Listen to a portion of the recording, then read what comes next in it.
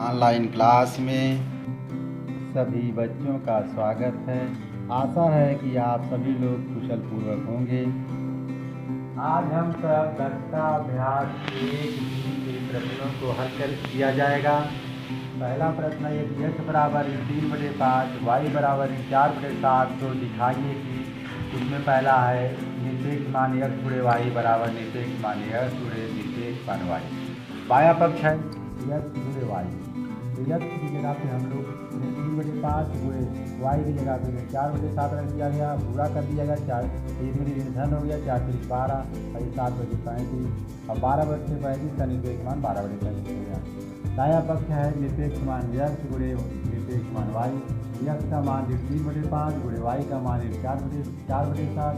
3/5 का निरपेक्ष मान 3/5 हो गया, गुणे और 4/7 का निरपेक्ष मान 4/7 हो गया, पूरा कर दिया गया। 4 3 12 और 7 बटे 35 12/35।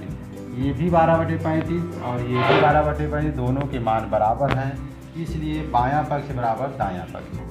अब दूसरा इसका है निरपेक्ष मान x भागे y बराबर निरपेक्ष मान x भागे निरपेक्ष मान y। अब हम लोग बायां पक्ष पहले लेते हैं।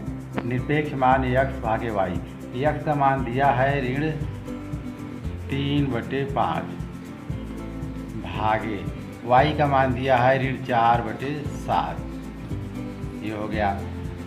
अब ये हो जाएगा, ये ऋण 3/5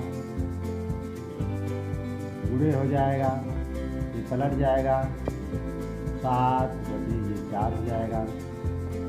ये निरपेक्ष मान हो गया। ऋण ऋण धन हो जाएगा, 7 3 के 21 हो जाएगा, बटे 5 से 20 हो जाएगा।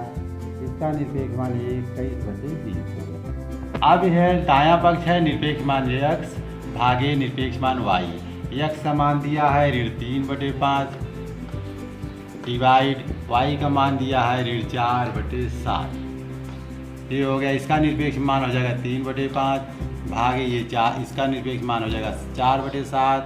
ये हो गया 3/5। ये गुणे में बदलेगा, यानी तो गुणा में होगा तो इसका व्युत्क्रम हो जाएगा 7/4। अब ये हो जाएगा 7 3 के 21 बटे 5 चौक 20। अब देख रहे हैं दायां पक्ष और बायां पक्ष बराबर है, इसलिए बायां पक्ष बराबर दायां पक्ष।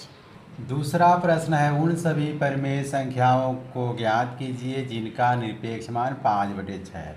इसलिए हम लोग हल करते हैं। 5/6 का निरपेक्ष मान, यानी 5/6 का निरपेक्ष मान बराबर 5/6। ऋण 5/6 का निरपेक्ष मान, यानी कि ऋण 5/6 बराबर 5/6। ये हो गया। इसलिए 5/6 और ऋण 5/6 का निरपेक्ष मान 5/6 है। तीसरा है, उस परिमेय संख्या को ज्ञात कीजिए जिसका निरपेक्ष मान 0 है। हम जानते हैं कि परिमेय संख्या 0 का निरपेक्ष मान 0 होता है, इसलिए 0 का निरपेक्ष मान बराबर 0। चौथा प्रश्न है, निम्नांकित में कौन कौन सी ऐसी परिमेय संख्याएं हैं जिन्हें शांत दशमलव संख्या में व्यक्त किया जा सकता है। अब हम लोग देखते हैं 11/8 दिया है, 4 से 3/45, ऋण 33/80 और 24/7 है 5/6। तो हम सबसे पहले देख लें कि इनके हरों का गुणनखंड अभाज्य गुणनखंड कर दिया जाए। अगर उनके गुणनखंड 2 और 5 होंगे तो वह शांत दशमलव संख्या होगी, और गुणनखंड 2 और 5 के अलावा गुणनखंड होंगे तो वह भिन्न जो है दशमलव शांत संख्या नहीं होगी। तो जैसे हम लोग देखते हैं 11/8, ये 11 इसका गुणनखंड करते हैं 2 गुणे 2 गुणे 2, इसका गुणनखंड 2 है, 2 गुणे 2 है, यानी कि यह शांत दशमलव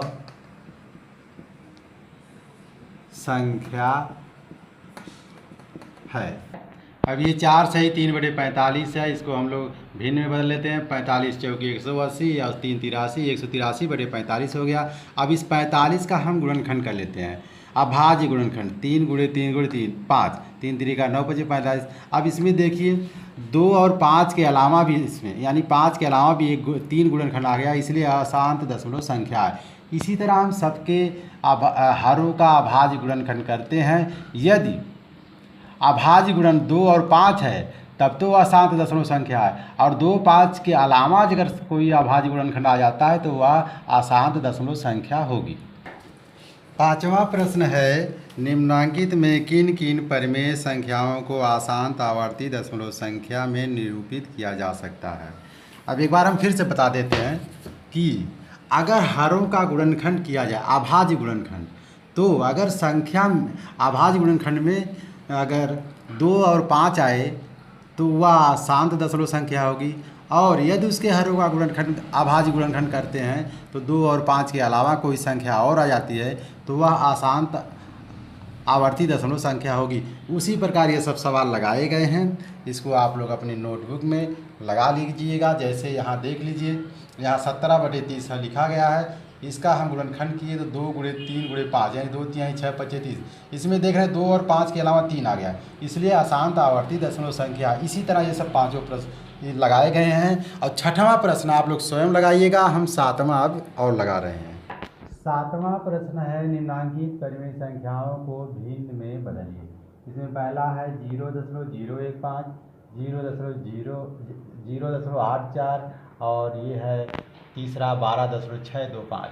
हम लोग पहला लिखते हैं 0.015। यहाँ 0 देखिए, हम इसके पहले वाली साड़ी जो बताए हैं उसको थोड़ा देख लीजिएगा, आप लोग उसको देख लीजिएगा। दशमलव है 0 जो पहले है, ये दशांश है 0 दशांश, ये दूसरे अंक पे है, ये शतांश है, ये एक शतांश हो गया, ये हज़ार पे है इसलिए 5 ये सहस्त्रांश पे, ये हो गया, ये 0 हो जाएगा 0। हाँ, अब ये 0/10 हो गया, ये शतांश 1/100 हो गया, 5 सहस्त्रांश 5/1000 हो गया।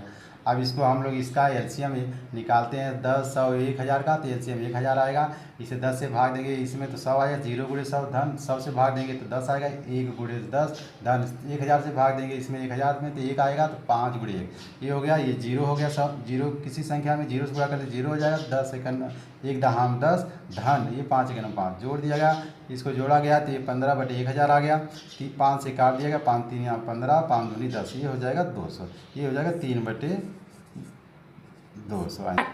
इसे आप लोग स्वयं करिए। तीसरा वाला हम यहाँ लगा दे रहे हैं, 12.625 बराबर 1 दहाई और 2 इकाई धन 6 दशांश धन 2 शतांश धन 5 सहस्त्रांश। अब हो गया 10 धन 2 6/10, दशांश का मतलब 6/10, शतांश का मतलब 2/100 धन सहस्त्रांश का मतलब 5/1000। इस तरह हम लोग 6/10, 2/100, 5/2। अब हम इसका लसा निकाल लेते हैं, इसको 12/1 मान लिया जाए। लसा निकालेंगे 1, 10, 100, 1000 का तो 1000 आ जाएगा। अब 1 से भाग देंगे 1000 में तो 1000 आएगा, 12 × 1000 धन के बाद 10 से भाग देंगे 100 आ जाएगा, 6 × 100 हो जाएगा।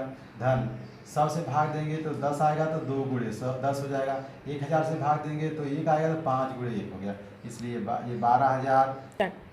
हाँ, अब 12 में 1000 से गुणा करेंगे 12000, इसमें 6 से 600 हो जाएगा, 2 हम 20 हो गया, 5 के 5 इसको जोड़ दिया गया, 12625/1000 आ गया। अब इसको काट दिया गया है, 5 से काटा गया 2525 आया, इसको 5 से काटा गया 200 आ गया, फिर 5 से काटा गया 40 आ गया, इसको 5 से काटा गया 505 आ गया, फिर 5 से काटा गया 5 के 5 0, 5 के 5 ये 5 8 40, ये हो गया 101/8, ये आंसर है। आज इकाई 1 पूरा ख़त्म हुआ। इसमें 1 से लेकर 27 वीडियो तक बना हुआ है। आप इसको देखिए और पढ़िए, समझिए, और बहुत बहुत धन्यवाद।